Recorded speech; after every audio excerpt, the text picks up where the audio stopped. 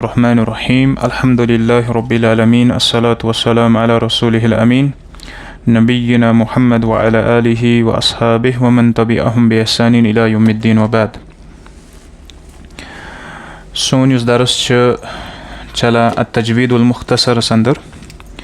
चूँकि इत कन तुम जाना छो पतमिस दरसस अंदर युस अस टॉपिक ओस चलान सो यानी वक्फस मुताल्लिक वक़फ़ और अम पत युस यत जाय ब्याख अहम मबहस सह कुरान करीमस अंदर पत किन ति वुचान कुरान करीम किस आखिरस पे सह गो अलामात अलामात अलामात वक़फ़।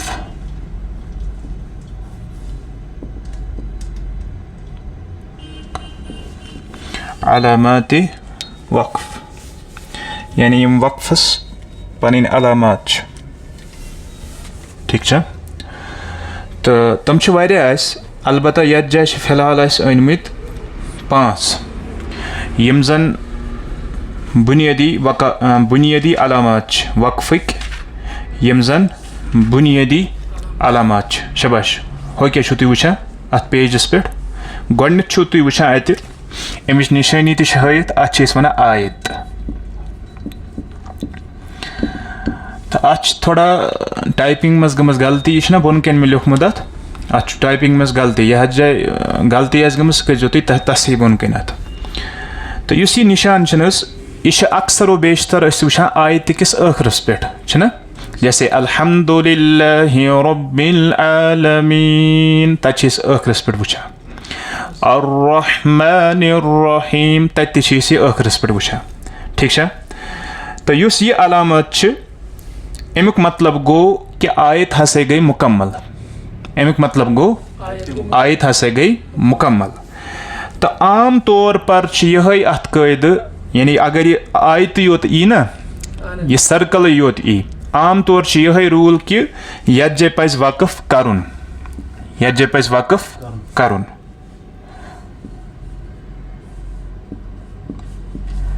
वक़फ़ करना बेहतर है। गो उमूमी कायद यह उमूमी कायद कि येल ते आयत हंदिस आखिरस पे अत जय पज अकिस इंसानस वक़फ़ करुन ठीक है। जैसे सैयदा आयशा सिद्दीक़ा करा बयान रज़ियल्लाहु ताला अन्हा कि नबी अलैहिस्सलातु वस्सलाम हसे सूरह फातिहा पढ़ा तम रुकान पत चटान तम आयत जैसे अल्हम्दुलिल्लाहि रब्बिल आलमीन चटा पत पढ़ा अर्रहमानिर्रहीम सूरह फातिहा मुतल्लिक़ खुसूसन आमुत कि तम रुक रुक पढ़ा मतलब अख आयत चटित पढ़ा वसल न कर रलामा न ठीक है। तुम वो कह कारी तम तम रलामा एक ही सांस में ना मगर सह सही तरीक असल तरीक यह कि इंसान पढ़ सूरह फातिहा खुसूसन चटित ठीक है और अत जय पे इंसानस वक़फ़ करुन। हाँ गुंजाइश इंसानस इंसान हेक रलयित क्या वो वक़फ़ करुन शबाश बेहतर। अच्छा किताब मज किताब मज दोयम निशान अहम निशान सह गो मीम अलामत ब्याख मीम लकुट मीम वो तुम अक्सर आसान कुरान करीमस अंदर अत वन वक़फ़े लाजिम वक़फ़े लाजिम।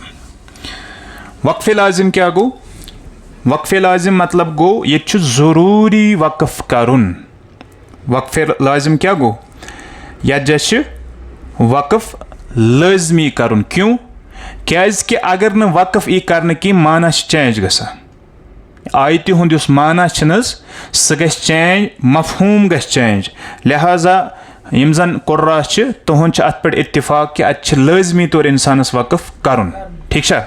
गई तम पे ब्याख अलामत सह गो तो ठीक है अत वन वक़फ़े मुतलक वक़फ़े मुतलक वन अत वक़फ़े मुतलक मतलब गो यानी यत जाय अकिस इंसानस रुकुन बेहतर रुकुन क्या वक़्फ़ करना यहाँ पर वक़्फ़ करना बेहतर है। ठहरना चाहिए। सुई गो मतलब बेहतर। वक़्फ़ करना, शबाश, वक़्फ़ करना बेहतर है। लेकिन ये गुंजाइश कि अख इंसान हेक्के रलैत ते मानस मज पे फर्क। मतलब अगर इस रलावन यह आयत बेकिस आयत सत कंटिन्यू करो तो परवाह गस मानस अंदर। अलबत्ता मीमस मज यह गुंजाइश आस ये मीम निशान यह पत किन तत जाय यह गुंजाइश इंसानस रोजान। चलिए अम पे तुम वुचान ब्या निशान अत जाय सह गो जीम। अत वन वक्फ़े जाइज़। वक्फ़े जाइज़ वुचान। अत दोनों ऑप्शन इख्तियार, रुकना दुरुस्त है और ना रुकना भी दुरुस्त है। दोनों चीज़ अत क्या लिखित इस पर ठहरना जरूरी है। ना यह टाइपिंग मिस्टेक अत, लिहाजा यह करू तुम अत दूर। आइंदा एडिशनस मज गस इंशाल्लाह यह दूर। यानी दोनों ऑप्शन ठहरना, ठहरना या वनो ना ठहरना, दोनों जायज़ है। ठहरना ना ठहरना दोनों जायज़ हैं। दोनों सूरत अकिस इंसानस खतर दुरुस्त। ठीक गो क्लियर। अम पे जा ब्या अलामत जा ये जे वन अत वन वक्फ़े मजूज़। वक्फ़े मजूज़, वक्फ़े मजूज़। ठीक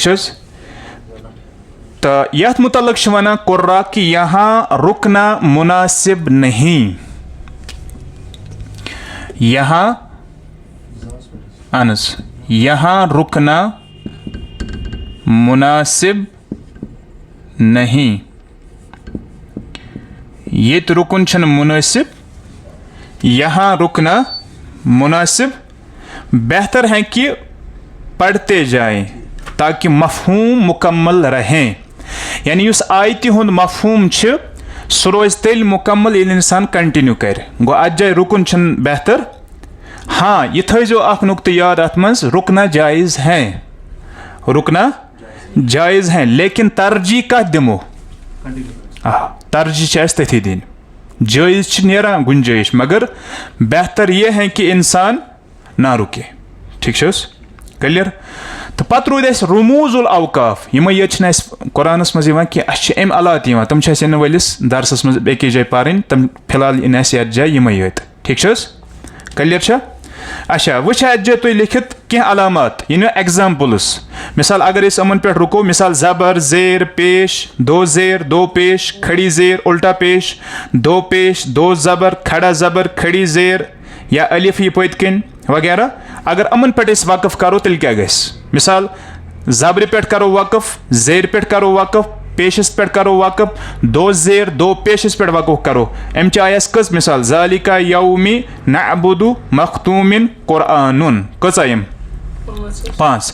यह रूल याद ओत्र लिख ज़बर ज़ेर पेश दो ज़ेर दो पेश पर वक़्फ़ करना हो तो इनको जज़म में तब्दील करके सांस तोड़ेंगे। ठीक। जैसे ज़ालिक यौम नअबुद मख्तूम कुरआन। गोवा अख रूल यह गस अमन हीन अत थो मे बसा अलग बनत यह पे लिखिस नंबर 1। यह गस पे होत सत मैच उस पतम फिर कायदे लेखनो। ठीक। अच्छा अम पे खड़ी ज़ेर, खड़ी ज़ेर वाला हरफ भी साकिन हो जाएगा।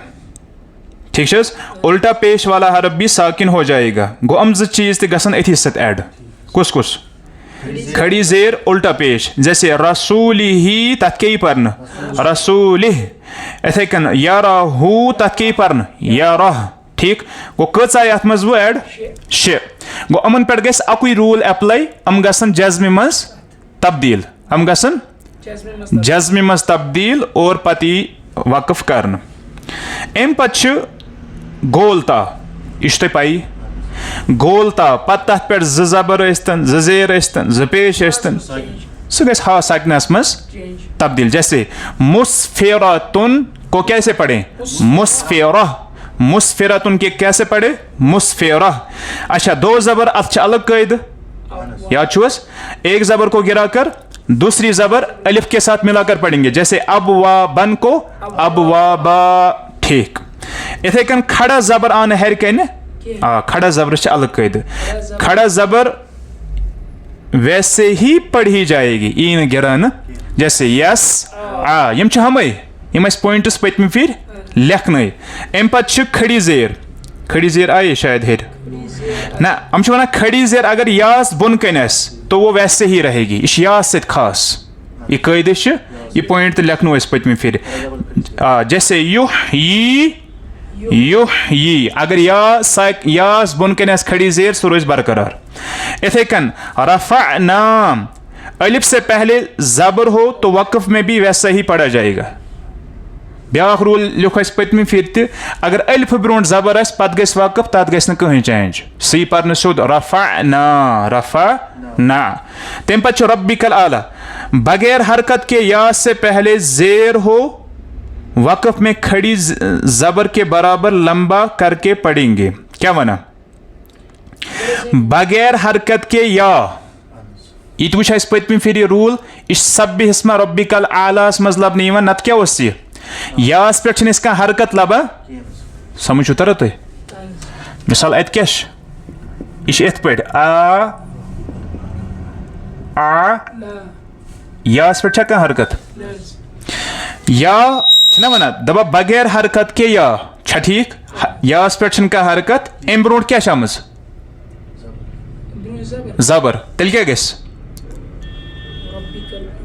गस तो वक्फ में खड़ी जबर के बराबर लंबा करके पढ़ेंगे। मतलब को इस वक्फ करो अत पे ये बन खड़ा जबर मज गसे तब्दील। समझ तो रहा? अगर यास बुन कन खड़ी जेर सो रोज बरकरार। अगर या बगैर हरकत पति इम ब्रोट जबर सह गस वक्फ कि सूरत मज खड़ा जबर मज तब्दील। तवे पढ़ा सब्बिहिस्मा रब्बिकल आला न कि लाई पढ़ा आला। ठीक यह पत्मी मिसाल। या जुन्नु अगर मुशद्दद वल हरफस पे करो इस वक्फ तो मुशद्दद हरफ को साकिन करके दो हरफ के बराबर पढ़ेंगे, यानी यह बन साकिन मतलब हरकत ई न मगर पारुन तिथ पे कि बेकिस गस बासन अच्छा तजदीद। जैसे या जुन चस ठीक।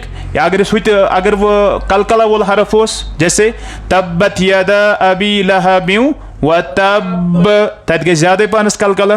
ठीक।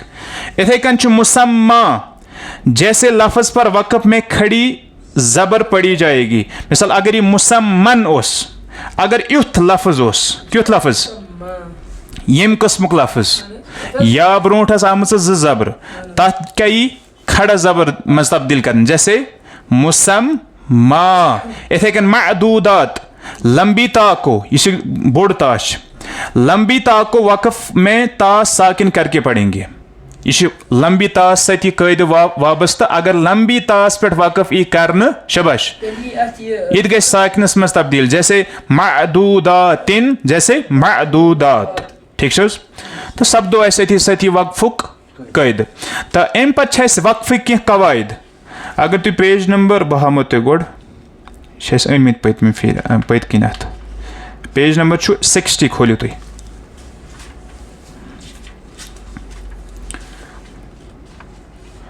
द्रावस अलामात और बाज जरूरी कवायद। मतलब गो तम अलामात यम यजे डिस्कस कर। मिसाल सक्ताश यह पो तिस पे पे वन यजे तुम सक्ता तुम पाई अत मुतल तुम पाई सक्ता क्या गो हाँ क्या करुन अत आवाज रुकावन सांस गस फटन कह सांस फटरावन। जैसे वलम यजअल लहू इवजा पच परुन क़य्यिमा। मिसाल हो जैसे उमूमी तौर पर जैसे मन रोक कल्ला बल रोन अच वन सक्ता। इस कुरानस मज लेवान 4 जायन लबन। ठीक यह अहम कैद। इथे कन तुम बोन कन वुचा लाम अलिफ कौफ सिल हाँ बी सल्ले इन निशानात पर ना ठहरे। ये मायने हुत तम कम ही तम तम ही ज्यादा यम उमूमी तौर इन जान रुकुन पे कुन सात पे रुकुन तम तम अलामात ये टोटी रुकुन कहीं मिलाकर पढ़ेंगे। आइन रुकू का निशान है। मिसाल वक्फुन नबी वुचान कुन जाए कुरानस अंदर वुचमुत छो तुम कुरानस मज कुन जाए वुचमुत वक्फुन नबी मतलब गो यह यत जैसे ठहरुन सुन्नत। इथे कन रुब छो तुम वुचान कुरानस मज कुन जाए रुब मतलब गो कुरानुक चौथाई हिस्स गो कंप्लीट। तुम वुचान निसब कुन जाए कुरानस मज लिखित आसा अम मतलब गो नेसब पार। इथे कन सलासा सलासा मतलब क्या गो यहाँ पूना पारा कोता गो दून पार गसान अजे कंप्लीट। सजदा तुम वुचान यम कुरानस मज करीबन आमत 14 जायन ठीक यमन जायन पे सजद करुन यह वाजिब मतलब अत पे थोड़ा इख्तिलाफ अहले इल्मन बहरहाल यह पे करुन। इथे कन वक्फा तुम वुचान अड़न जायन सोद आसा लिखित वक्फा यानी सांस और आवाज दोनों तोड़े। इथे कन इमाला तुम वुचान कुरानस मज इमाला कुरानस मज अक्सी जाए सूरह गालिबन तौबा अंदर सोस असली मजराहा तथ क्या परुन मजरेहा यम परो इंशाल्लाह तिसे फिर। इथे कन नून कुतनी ब्रोखुन वगैरह वगैरह। तो इथे कन यानी यम तम रमूजुल अवकात यम कुरानस मज बाकिन जायन वो गो यम आज पर यम ज्यादातर ठीक है यम थावन जहनस अंदर। तो इंशाअल्लाह ताला युस नेक्स्ट दरस सह कत मुतलक मद्दे फ़र्ई परो इंशाअल्लाह ताला तथि सदी मीम साकिन का कवायद। तो बी रूद तथ सत इकलाबुक तो इदगामुक कैद सपद इंशाअल्लाह ताला तजवीदुल मुख्तसर। आज गो यूता काफी। सुब्हानकल्लाह।